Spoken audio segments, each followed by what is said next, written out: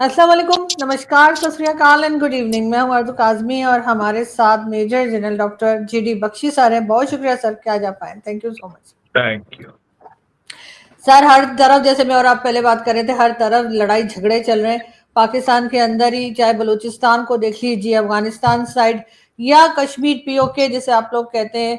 Sir, हर तरफ ये लड़ाई है। क्या पाकिस्तान से कंट्रोल नहीं हो पा रहा? वैसे तो हम बहुत क्लेम कर रहे हैं कि हमने ईरान और अमेरिका के बीच में लड़ाई बंद करवा दी। हमारे यहाँ क्यों हम ये चीज नहीं रोक पा रहे? साथ से साथ हर चीज के लिए भारत को जिम्मेदार ठहरा रहे हैं। कहाँ तक ठीक है? देखिए, frankly we are now getting concerned and deeply deeply concerned because आपने मौलाना फजलुर रहमान, अब वो हिंदुस्तानी नहीं है, वो पाकिस्तानी पॉलिटिशियन है and very well known Pakistani politician. Maulana diesel ने जो कहा है, बयान आपने सुना है? उसने तो शरेआम बोला है कि भाई Asim Munir, general Asim, field marshal Asim Munir, आप वर्दी उतारिए और इलेक्शन में आइए अगर आप पाकिस्तान पे राज करना चाहते हैं। उसने कहा है कि भाई अभी तक तो बलूचिस्तान में गदर था कि बलूचिस्तान पे कंट्रोल खत्म हो गया है, पाकिस्तान की फौज का 80% इलाका जो है रात के बाद बीएलए का कंट्रोल रहता है। अब उसने बोला कि खून की नदियां बहनी शुरू हो गई हैं पश्तूनख्वा में, खैबर पश्तूनख्वा में, केपी।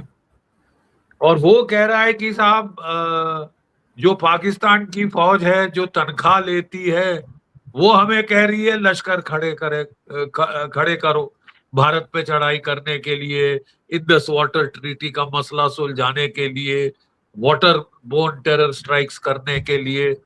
लेकिन तनख्वाह तो आपको मिलती, आप हम पे क्यों झोंक रहे हैं? अब जो वहां पे हो रहा है आपके पाकिस्तान ऑक्युपाइड कश्मीर में, मैं आरजू बेटा, आई एम सीरियसली कंसर्न कि भैया अब आप दुनिया भर में आपने ठेका ले लिया है कि आप शांति लाएंगे। अच्छी बात, शांति कहीं भी लाना अच्छी बात है, लेकिन एक अंग्रेजी में कहावत है, चैरिटी बिगिंस एट होम, कि यू हैव टू स्टार्ट अपना घर गरेबान में पहले झांकना पड़ता है, इसके पहले कि हम दुनिया भर में जाएं। इंटेंशन नेक है, वो उसमें नोबडी डाउट्स की नेक इंटेंशन के साथ नेक काम किया, लड़ाई रुक जाती तो अच्छा था। लेकिन वहां पे एक पागल आदमी से आप डील कर रहे हैं, डोनाल्ड ट्रंप, उसकी बाद में बात करेंगे। पहले तरह ये जो बड़ा सीरियस मसला है, इसको समझा जाए और डिकोड किया जाए कि हो क्या रहा है, what the hell is going on. Easiest कि आप बोले टर्न अराउंड, ब्लेम करें कि भारत हिंदुस्तान का हाथ है, लेकिन साहब अंदरूनी मामलों में it is a compliment to say कि रॉ का इतना अच्छा हाथ, you know, we have serious doubts, कि we are that bloody efficient. Frankly मैं आपसे कह रहा हूं, बात यह है कि पाकिस्तान में जो हमको वरी कर रही है, जो हमको कंसर्न कर रही, वो ये है, पाकिस्तान में पैटर्न क्या है। देखिए, वो बोलते हैं ना, patterns tend to persist and repeat themselves cyclically. तो अगर आपको नेशनल सिक्योरिटी मामले में फोरकास्ट करना है बेटा, so you have to study the patterns of the past. Pakistan का पैटर्न क्या रहा है? देखिए, मैं चश्मदीन गवाह हूं, 1971 की जंग मैंने देखी है, लड़ी है। क्या हुआ? मार्च के महीने में वहां बगावत शुरू हो गई थी, वहां बहुत हजूम के हजूम सड़कों पर निकल आए थे ढाका में। क्यों? क्योंकि उस वक्त जो याया खान था, जनरल याया खान ने कहा, एक Bengali as prime minister of Pakistan over my dead body. Bhutto साहब ने उसको सपोर्ट किया, उसने लेफ्टिनेंट जनरल टिक्का खान को भेजा और एक ब्रूटल क्रैकडाउन शुरू किया आपके बांग्लादेश में। Brutal crackdown. Hamoodur Rahman committee report पढ़ लें आप। 1 million Bengali women raped, 3 million Bangladeshis killed, 10 million driven out as refugees into India। ठीक है साहब। और उस वक्त आपको याद होगा बेटा कि PL-480 ship to mouth existence होता था भारत का पाकिस्तान में, वहां से ग्रेन आया करता था। 10 मिलियन रिफ्यूजी आप हमको भेज दें कि आप खिलाएं, आप सड़ें, आप मरें, जैसे भी करना है इनको संभालें। तो you made your problem India's problem, you made your problem India's problem and India had to see that these refugees went back। खैर वो मसला खत्म हुआ 1973। Baluchistan goes in revolt।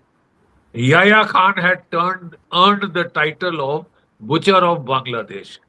अब not Yahya Khan, Tikka Khan। Lieutenant General Tikka Khan had by now become Army Chief of Pakistan, and Bhutto unleashed him on Baluchistan। 1973। तो sir achieve तो कुछ नहीं हुआ, भुट्टो साहब को अचीव तो कुछ नहीं हुआ। नहीं achieve, you have just complicated the problem अपने लिए।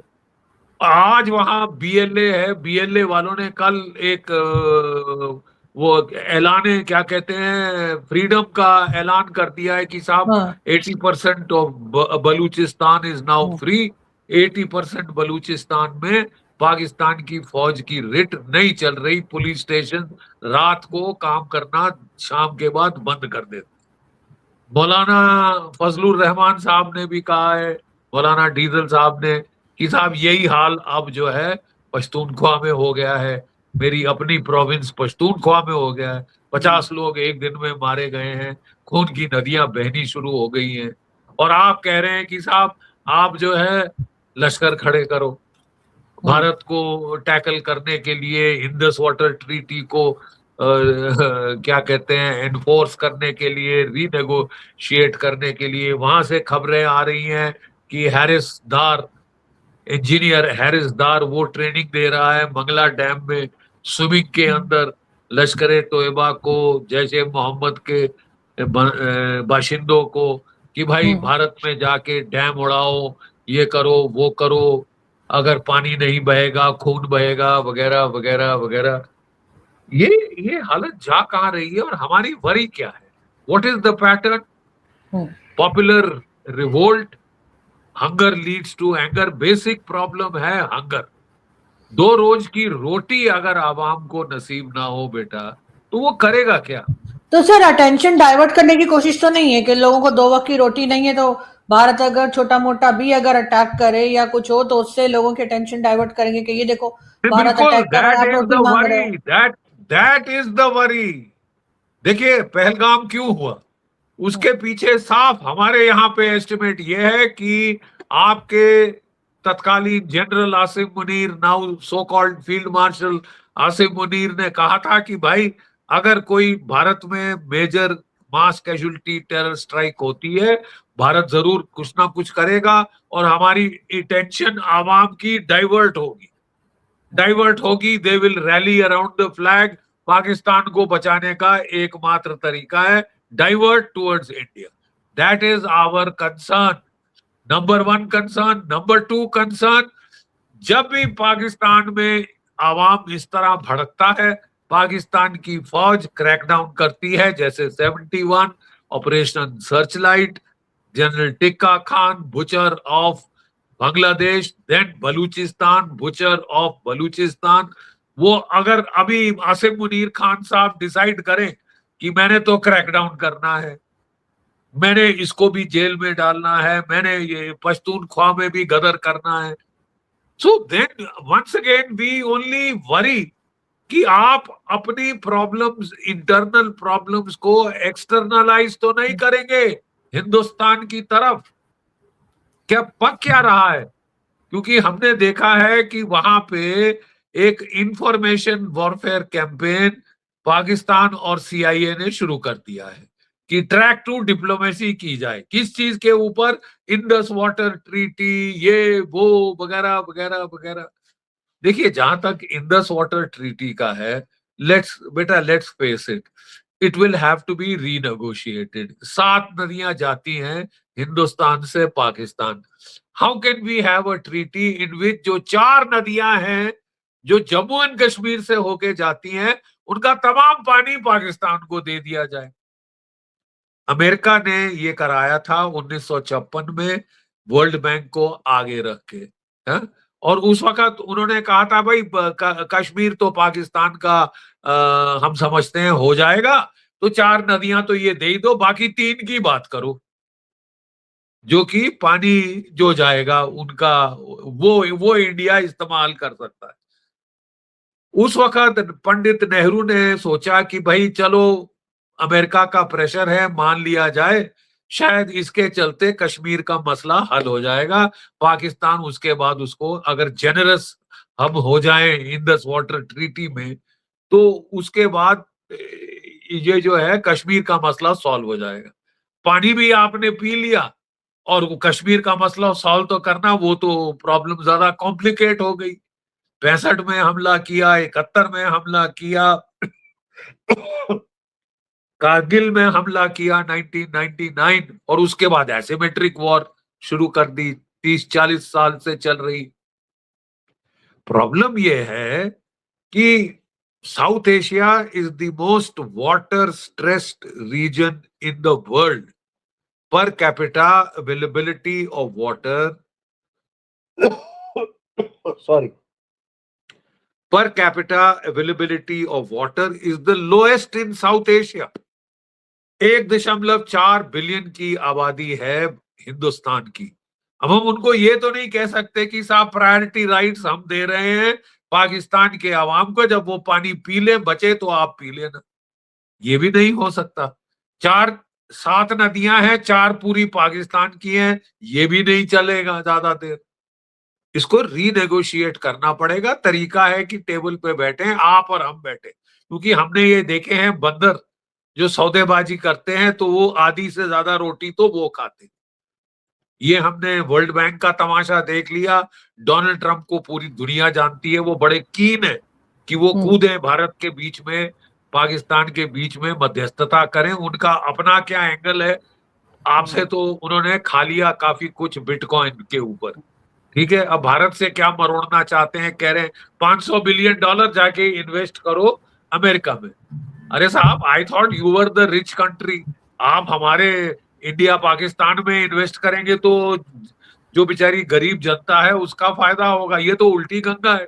वो कह रहे हैं कि आप आके इन्वेस्ट करो वहां पे, तुम मरोड़ेंगे नहीं तो ठीक है साहब। भारत में तो वी आर वेरी क्लियर, हम एक प्रजातंत्र है, हमारे कोई फौजी जर्नल जूते चाटने वाले नहीं है अमेरिका के, ठीक सर है। यहाँ तो वैसे ही कंफ्यूजन है। एक मौलवी साहब उठ के कह देते हैं बिटकॉइन जो है वो हराम है, दूसरे दिन गवर्नमेंट किसी को भगाती है, 2 मौलवी उठ के कह देते हैं नहीं नहीं नहीं सब ठीक है, कर सकते हैं। सर ये तो इसी में फंसे हुए अभी। नहीं, अब वो इसमें फंसे हैं, साथ में फंसा दिया पाकिस्तान को ना, जी साथ में फंसा दिया पाकिस्तान को मोहरा बना दिया है। हमेशा एक्स्ट्रा रीजनल पावर्स पाकिस्तान का इस्तेमाल करती हैं भारत को बरखिलाफ।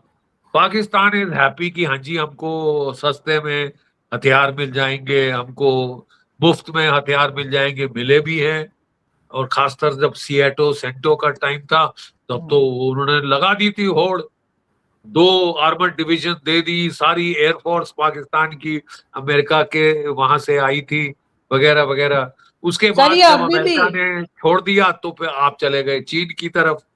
अब आपको समझ नहीं आ रहा कि चीन की तरफ जाएं या पाकिस्तान की। आपके जर्नैल तो सारे पाकिस्तान के हो लिए हैं। दूसरी इलेक्शन उन्होंने स्टील करी है। एक इलेक्शन स्टील करी थी 1971 में, दूसरी इलेक्शन स्टील करी है इमरान खान की। एंड बिल्कुल frankly we admire that man.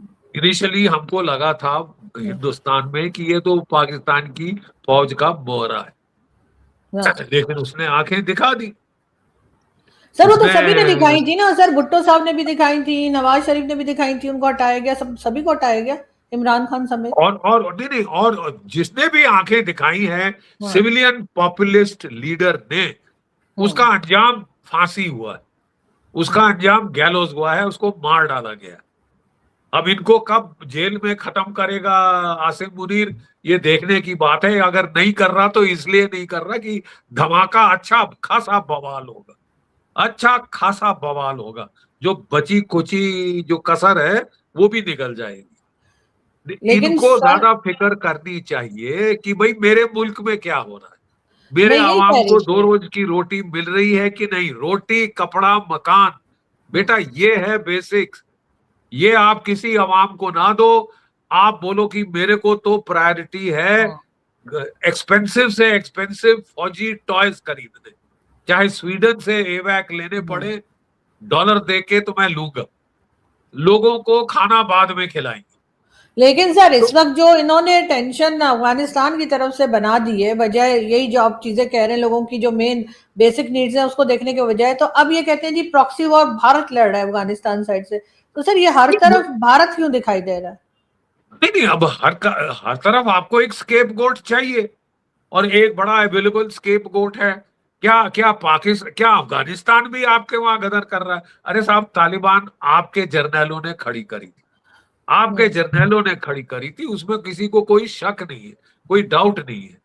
Bhutto साहब थे उस वक्त, जबकि वहां पे जो उनके नेशनल सिक्योरिटी एडवाइजर थे, जो जर्नैल साहब थे, मुझे नाम आ जाएगा याद 1 मिनट में, उन्होंने तालिबान खड़ी करी थी। आज वही तालिबान आपके बरखिलाफ है। इधर आपको अपने गरेबान में नहीं झांकना चाहिए कि वजह क्या है। आपने खड़ी करी, आपने पाली, आपने कहा कि हम इनकी वजह, इनको इस्तेमाल करके अमेरिकनों को बोला कि हम खदेड़ देंगे रूसियों को। रूसी चले गए, अमेरिकन आ गए। फिर आपने बोला कि पहले तो आप उनकी साइड थे, बिल टोटल पलट गए, डंप किया तालिबान को आपने। लेट्स लेट्स बी, जब रिचर्ड आर्मिटेज आया था और उसने कहा था इधर यू आर विद अस और अगेंस्ट अस, तो हम्म। परवेज मुशर्रफ साहब ने 1 सेकंड नहीं लिया बोलना कि जी हम आपके साथ हैं। हम्म। और तालिबान तब से आपसे खफा है, तब से वो आपसे खफा है। तो जो आपने खड़े किए, उन्होंने देखा कि जब जरूरत पड़ी आपने डंप कर दिया। जब भी you were trying to run with a hare, hunt with the hounds, जब अमेरिका का दबाव बढ़ता था, एक दो बाशिंदे पकड़ के तालिबान के लीडर उनको हैंड ओवर कर देते थे कि जी हमने पकड़े।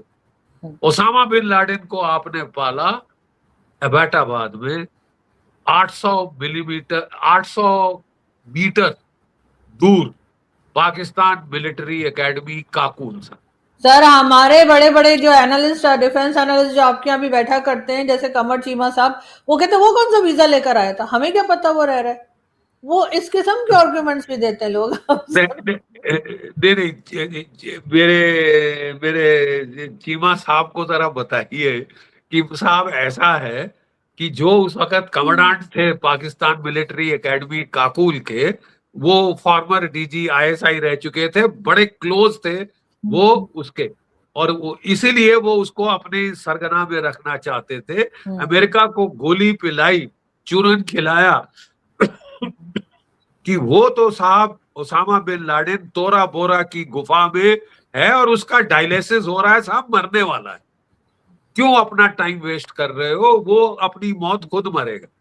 जबकि उन्होंने सालों साल उसे 5 साल पाल के रखा, 3 बीबियों के साथ, और उसको जो उसकी खातिरदारी हो रही थी वो दुनिया जानती है, जग जाहिर है। 4 मंजिला मकान था जिसपे वो ऊपर नीचे पेसिंग करता रहता था, और अमेरिकन ने पकड़ लिया तो उन्होंने आपको नहीं बताया, क्योंकि वो जानते थे जहां उनको पता चला कि अमेरिकन को पता चल गया है, वो गायब हो जाएगा, फिर दोबारा ढूंढना मुश्किल हो जाएगा। इसलिए बगैर पाकिस्तान को बताए उन्होंने रेड किया और उसको पकड़ के ले गए और सपुर्दे खाक किया समुद्र में। नहीं तो वो बोले पाकिस्तान में अभी दरगाह बन जाएगी, अभी बड़ी बड़ी ऊंची मंजिल बन जाएगी, और ये हो जाएगा वो हो जाएगा, और वो एक और पिलग्रिमेज सेंटर बन जाएगा ग्लोबल टेररिज्म का। देखिए, when you make your country a brigade for the export of extremist जिहादी ideology, you have to be prepared for the consequence. कभी स्टेबलाइज नहीं हो सका पाकिस्तान, और वो बोलते हैं an over militarise state. Tends to destroy itself economically. Austria Hungary के साथ ये हुआ, जर्मनी के साथ ये हुआ वर्ल्ड वॉर टू में, जापान के साथ वर्ल्ड वॉर टू में हुआ, over militarise state. Russia Soviet union के साथ ये हुआ, टुकड़े टुकड़े हो गए without a shot being fired. क्यों? सारा खर्चा डिफेंस की तरफ, लोगों को डबल रोटी नहीं मिल रही खाने के लिए, मक्खन तो भूल जाए, ठीक है। और वो इट इम्प्लोडेड। जो आपके पाकिस्तान में हो रहा है बेटा, मेरे एज ए एनालिस्ट मेरा अंदाज तो यही है, हम वो इम्प्लोजन देख रहे हैं। Decades of military over spending, सारे रिसोर्सेज पाकिस्तान की फौज खा जाती है। और जैसे मौलाना फजलुर रहमान ने कहा है कि हमारे जर्नल तो साहब ऐश मुकाम बंगलों में ठहर रहे, उनके लॉन्स में सफेद मोर घूमते हैं। और जब जनता जनार्दन को, जब आवाम को भूख लगी, खाना नहीं मिला, तो उन्होंने लाहौर के कोर कमांडर साहब के बंगले पे धावा बोल दिया। उनके पहले तो जो सारे सफेद शुतुरमुर्ग थे, जो मोर, वो काट के खा गए साहब। मैंने बोला ना, हंगर लीड्स टू एंगर। उसके बाद उन्होंने हिट किया वो कोर कमांडर साहब का फ्रिज। वो बड़े बड़े साइज का फ्रिज था साहब, उसमें क्राफ्ट चीज, Swiss cheese, exotic fruits, foreign fruit, वो सब थे। वो सब खोल के वो लूट के ले गए साहब आवाम। साफ जाहिर था कि असली प्रॉब्लम क्या है। असली प्रॉब्लम रोटी, कपड़ा, मकान, बिजली, पानी, बेसिक प्रॉब्लम है, जो और उन्हीं पे काम नहीं करते, सॉल्व नहीं कर पा रहे। सर इनका काम भी नहीं है ना, ये अपने काम से काम रखें, गवर्नमेंट को करने दें। हर चीज में जब इंटरफेयर करेंगे तो यही होगा। नहीं, इंटरफेयर करे तो बेटा दूसरी बात है ना। ये तो मुखौटा खड़ा करके शहबाज शरीफ बेचारे एक बटलर जैसे खड़ा कर दिया है अपना। और अब तो मतलब वो फिग लीफ भी चला गया। डोनाल्ड ट्रंप को बोल दिया, इस मेरे बटलर को बुलाना, जरा मेरे को साथ बुला लो, अकेले मत बुलाना इसको। और वो 3 बार उसने बुलाया अपने व्हाइट हाउस में, तो ये बटलर साथ लेके गए हैं आसिफ मुनीर साहब। और जब आपको फौज की काम आप ठीक से कर नहीं पा रहे, आप ऊपर से फॉरेन पॉलिसी, इकोनॉमिक पॉलिसी, क्या कहते हैं, बैंकिंग पॉलिसी, सारी चार्ज आप लेना चाहते हो। एग्जैक्टली ये यहाया खान ने किया था बेटा, ओवरलोडेड हिमसेल्फ। और उनके तो और भी शौक थे। एक तो विस्की का शौक था, तो अगले दूसरे शौक की मैं बात नहीं करूंगा क्योंकि बिटिया से बात कर रहा हूं, ठीक है, हम जानते हैं। और उसने डुबोया पाकिस्तान को, उसने तुड़वाया पाकिस्तान को। वो पूरा सेहरा याया खान के सिर जाता है। अब ये साहब फिर ओवरलोड कर रहे हैं अपने आप को। देखिए साहब, हमारी फौज में मैं बेटा 37 साल नौकरी करी है, जर्नल बना था 2 स्टार। मुझे पता है कितना लोड लगता है और कितनी फुर्सत रहती है बाकी बड़े बड़े मसाइल सॉल्व करने जाके, आवाम के की रोटी, कपड़ा, मकान वगैरह करोड़ों लोगों को पहुंचाना, और साथ में पलटने कमांड करनी। ये इकट्ठे नहीं हो सकता। तभी प्रोफेशनल आर्मीज ही अपने देश को बचा पाती है। जो आर्मीज राज करना पसंद करती है, एक तो वो ग्राउंड रियलिटी से महरूम हो जाती, और फिर चमचागिरी। एक और सबसे बड़ी चीज जो कि नुकसान पहुंचाती है, वो है चमचागिरी।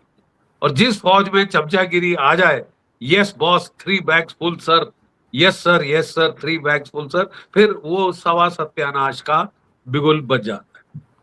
लेकिन यही हो रहा है। ये इनके लोग इनको या तो असलियत नहीं बता रहे, तो मौलाना फजलुर रहमान को सुन लो, जेल में डाल सकते हैं आप बड़े आराम से। और मुझे अब ज्यादा देर मुझे नहीं लग रही कि वो फजलुर रहमान का भी वही हाल करेंगे जो इमरान खान का किया, जो भुट्टो का किया था शायद। लेकिन अगर पाकिस्तान की फौज ने क्रैक डाउन किया तो बेटा इस बार देयर इज समथिंग जो मैं साफ बोलना चाहता हूं। यूनाइटेड नेशंस कहती है duty to protect unarmed civilian population, खासकर पीओके का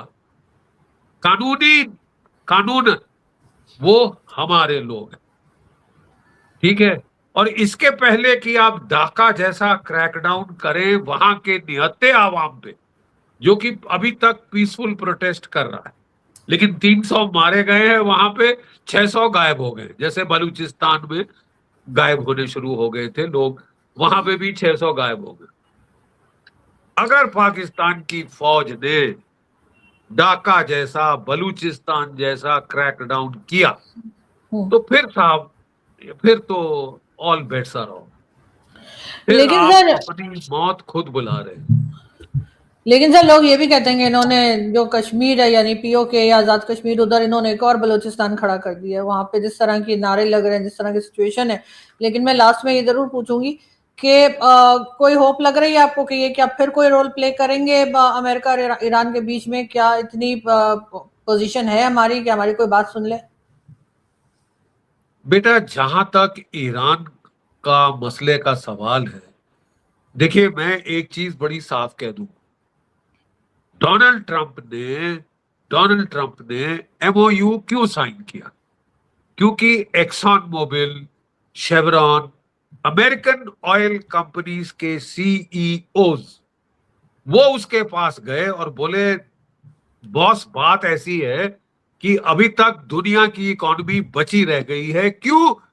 क्योंकि हमने अपने स्ट्रेटेजिक ऑयल रिजर्व्स का इस्तेमाल करके खा गए अपने स्ट्रेटेजिक ऑयल रिजर्व्स, ठीक है, और हमने अभी तक स्थिति को संभाल के रखा है, हालात को काबू में रखा है। लेकिन जनाब बात ऐसी है कि अमेरिका का स्ट्रेटेजिक पेट्रोलियम रिजर्व केवल 4 हफ्ते से कम का रह गया है, और ये उसने बोला था 17 जून के पहले। ये रिजर्व खत्म होने वाला है, ना सिर्फ अमेरिका में, पूरी दुनिया के स्ट्रेटेजिक पेट्रोलियम रिजर्व्स खत्म होने वाले हैं। चीन ने अपना 40% पेट्रोलियम रिजर्व एग्जॉस्ट कर दिया है। भारत का खत्म हो रहा है, आपका खत्म हो रहा है, जापान, साउथ कोरिया, आप यूरोप, सब जगह स्ट्रेटेजिक पेट्रोलियम रिजर्व जीरो पे आ रहे। तो इसके पहले कि वो जीरो पे आए, जुलाई अगस्त के महीने, अगस्त का महीना बड़ा क्रिटिकल होगा बेटा। अगस्त के महीने में जब जीरो आना शुरू हो जाएगा ग्लोबल स्ट्रेटेजिक पेट्रोलियम रिजर्व, तो सारे देश लाइन लगाएंगे कि इसको जल्द से जल्द रिप्लेनिश किया जाए। You can't have your strategic petroleum reserves at zero. कोई देश अफोर्ड नहीं कर सकता, दुनिया अफोर्ड नहीं कर सकती। ये उन्होंने डोनाल्ड ट्रंप को सुनाया था, तो उसको ये इकोनॉमी थोड़ी बहुत समझ आ जाती है। वो भी कितनी आती है गॉड ओनली नोज, क्योंकि वो रियल एस्टेट का बंदा था, कोई कमोडिटी से डील नहीं कर रहा था। रियल एस्टेट तो फरेब है, और उसमें भी 2 बारी उसकी कंपनी का दिवालिया निकला था, ठीक है। तो वो अब तो अमेरिका क्या दिवालिया नहीं, वो तो दुनिया का दिवालिया निकालने है। तब घबरा के डोनाल्ड ट्रंप ने एमओयू साइन किया था। जैसे ही उसने एमओयू साइन किया, उसमें आप लोगों ने मध्यस्थता करी थी, आप थे, कतर था, ओमान था, बहुत सारे, सऊदी अरेबिया था, तुर्की था, बहुत सारे देश लगे इसके अंदर कि भैया ये तमाशा खत्म हो, हमारी जान बख्शे। ये श्रीमान ने अपने देश का नुकसान करना है, करें, हमको तो बख्शे, दुनिया को तो बख्श दे। इसलिए डोनाल्ड ट्रंप ने एमओयू साइन किया। जहां एमओयू साइन किया, मैं पहले दिन से मैंने बोल दिया था, बेटा ये नहीं चलेगा। क्यों नहीं चलेगा? इजराइल ने क्या कहा, भाड़ में जाओ, ठीक है, हम लेबनान पे हमले करते रहेंगे, हम बेरूट पे बॉम्बिंग करते रहेंगे। और साहब उस वक्त डोनाल्ड ट्रंप ने कहा, मैं इंचार्ज हूं, मैं इसको पाइप डाउन कराऊंगा। अब साहब हमने देख लिया कौन इंचार्ज है, ज़ायनिस्ट ज्यूइश लॉबी। वो चाहते हैं कि लड़ता रहे अमेरिका, अमेरिका सर्वनाश करे ईरान का, ताकि ग्रेटर इजराइल प्रोजेक्ट कामयाब हो जाए, ठीक है साहब। वो पूरे राज करे, इजराइल का राज हो जाए मिडिल ईस्ट पे, ठीक है। ये थी बेसिक प्रॉब्लम जो कि रास्ते में आ रही है। एमओयू का पहला पैरा क्या बोलता था बेटा, कि America and its allies agree to cessation of hostilities in all areas including Lebanon। ये पहला पैरा है यार। ईरान बिल्कुल। कह रहा है तुमने पहला पैरा नहीं माना। पहला हाँ। पैरा 4 कहता है कि भाईजान management of the gulf will be with Iran. जो रूट उसने बता रखा है वो उसके, आपने साइन किया उसके ऊपर बैठ के। अगर नहीं मानना था तो व्हाई डिड यू साइन? मतलब आपकी जबानी का तो कोई दो कौड़ी का किसी को विश्वास नहीं, दो कौड़ी का किसी को आपके ऊपर विश्वास नहीं, डोनाल्ड ट्रंप के ऊपर। बिल्कुल। सुबह कुछ, दोपहर कुछ, रात कुछ बोलता है लेकिन इंसान है। लेकिन और लेकिन ये सर तो जी, अब तो साइन करके मुकर रहा है, साइन करके लेकिन मुकर सर रहा है। लेकिन सर मैं जाते मध्यस्थता जाते, जो भी कर रहा हो वो क्या सर मार लेगा? ऐसे के साथ तो मध्यस्थता भी नहीं करनी चाहिए। हाँ ये भारत बिल्कुल। ने, मैं पहले तो हम सोच रहे थे कि हम लोग क्यों नहीं बीच में आ रहे, हमारा नुकसान हो रहा है बड़ा भारी इकोनॉमिक। लेकिन मैं अब समझता हूं कि हमारी सरकार ने ठीक ही सोचा कि ऐसे पागल बंदे के साथ मध्यस्थता करना, ये तो शरेआम total insane, he is bloody well insane. बिल्कुल और ऐसा ही है। उसने लेकिन खुद सर को फंसा दिया, दुनिया को फंसा दिया। लेकिन वो सर जाते हूवर, जाते, हूवर जिसका नाम ले रहे हैं ना कि अमेरिकन प्रेसिडेंट था बेटा हूवर, जिसने ग्रेट डिप्रेशन करा के मरा दिए थे लोग भूखे, ना सिर्फ अमेरिका में, पूरी दुनिया में। ये हूवर दूसरा होगा, Hoover 2, Donald J Trump junior. बिल्कुल। इंसेन। लेकिन सर यहाँ पे जो मुझे आपकी एक बात हमेशा मैं हर शो में इंतजार करती हूँ, आप कब कहेंगे वो आपको आज डोनाल्ड ट्रंप के लिए भी कहना चाहिए कि डोनाल्ड ट्रंप को लेने के देने पड़ जाएंगे। सर मुझे आपका ये सेंटेंस बहुत उल्टे पसंद है। बांस बरेली को पड़ गए हैं। पड़ गए देखे हैं ये जो बिल्कुल। टक्कर ली है ना शियाओं से, मैं एक चीज बता दूं, ठीक है, शियाज जो हैं, शियाज जो हैं वो बहुत टेनेशियस लोग, they always fight battles, even losing battles till the bitter end, starting with the battle of Karbala। बिल्कुल। बिटर एंड तक वो लड़ते हैं। उनकी जो एशकथोलॉजी है ऑफ द शियाज, वो कहते हैं भाई असली वारिस पैगंबर साहब के हसन और हाँ। हुसैन, हम्म। असली वारिस वो थे, ठीक है। और वो they have that claim to righteousness. और वो देखिए, जिस देश में कुर्बानी, शहादत, इतना बड़ा दर्जा दिया जाए, उसको आप क्या हराओगे, क्या लड़ोगे, क्या मारोगे? 8 साल लड़ गए थे वो इराक से, ऐसी तैसी कर दी थी, उल्टे बांस बरेली को वो किए थे सद्दाम हुसैन के, जो इन्वेजन करी, रोल बैक करके वो चढ़ गए थे इराक के ऊपर। तो आपने क्या सोच के इनको हाथ डाला कि 4 दिन में, जैसे वेनेजुला खत्म हो गया है, वेनेजुला का वियाग्रा आपने खा लिया, बोले 4 घंटे में वेनेजुला खत्म हो गया, 48 घंटे में ईरान खत्म कर दूंगा। साहब 140 दिन के ऊपर हो चुके हैं, सर हम गिन रहे हैं। कैलकुलेशन गलत हो गई, कैलकुलेशन सब गलत हो गई डोनाल्ड ट्रंप। मिसकैलकुलेट, हाँ it is a terrible miscalculation for which the world is paying। बिल्कुल ऐसा ही है सर। लेकिन आई विश के कहीं अमन आए और इनको थोड़ी अकल आए। थैंक यू सो मच कि आपने आज ज्वाइन किया, बहुत अच्छा थैंक यू लगा सर। बेटा। We will all pray for अमन, शांति, और बिल्कुल कि rare common sense should prevail, बिल्कुल खासकर सर, इन वॉशिंगटन, बिल्कुल ठीक है। Exactly. It needs to prevail. And I think if America doesn't fight to free itself of the Zionist Jewish lobby, उनके प्रेसिडेंट्स वो इलेक्ट कराते हैं, उनके उनके सेनेटर्स वो इलेक्ट करते हैं। और अमेरिका के लोग बोल रहे हैं साहब हम अपने देश के लिए शहीद होने को तैयार हैं, हम इजराइल के लिए शहीद नहीं होना चाहते। Israel has over reached, Israel has miscalculated. जब आप मिसकैलकुलेट कर दें लड़ाई में, if you have gone wrong, अकलमंदी होती है, cut your costs, don't reinforce a failure. Both America and Israel need to understand this. Don't reinforce the failure. Pull back. Shut down this stupid war of choice for the good of the world. True sir, बिल्कुल। और इनकी responsibility भी बनती है as a big country, और या कह लीजिए जो सुपर पावर ही अपने आप को कहते हैं, उसमें इनको ही कुछ सही सोचना होगा। Thank you so much sir, thank you. Thank you, bete. Thank you.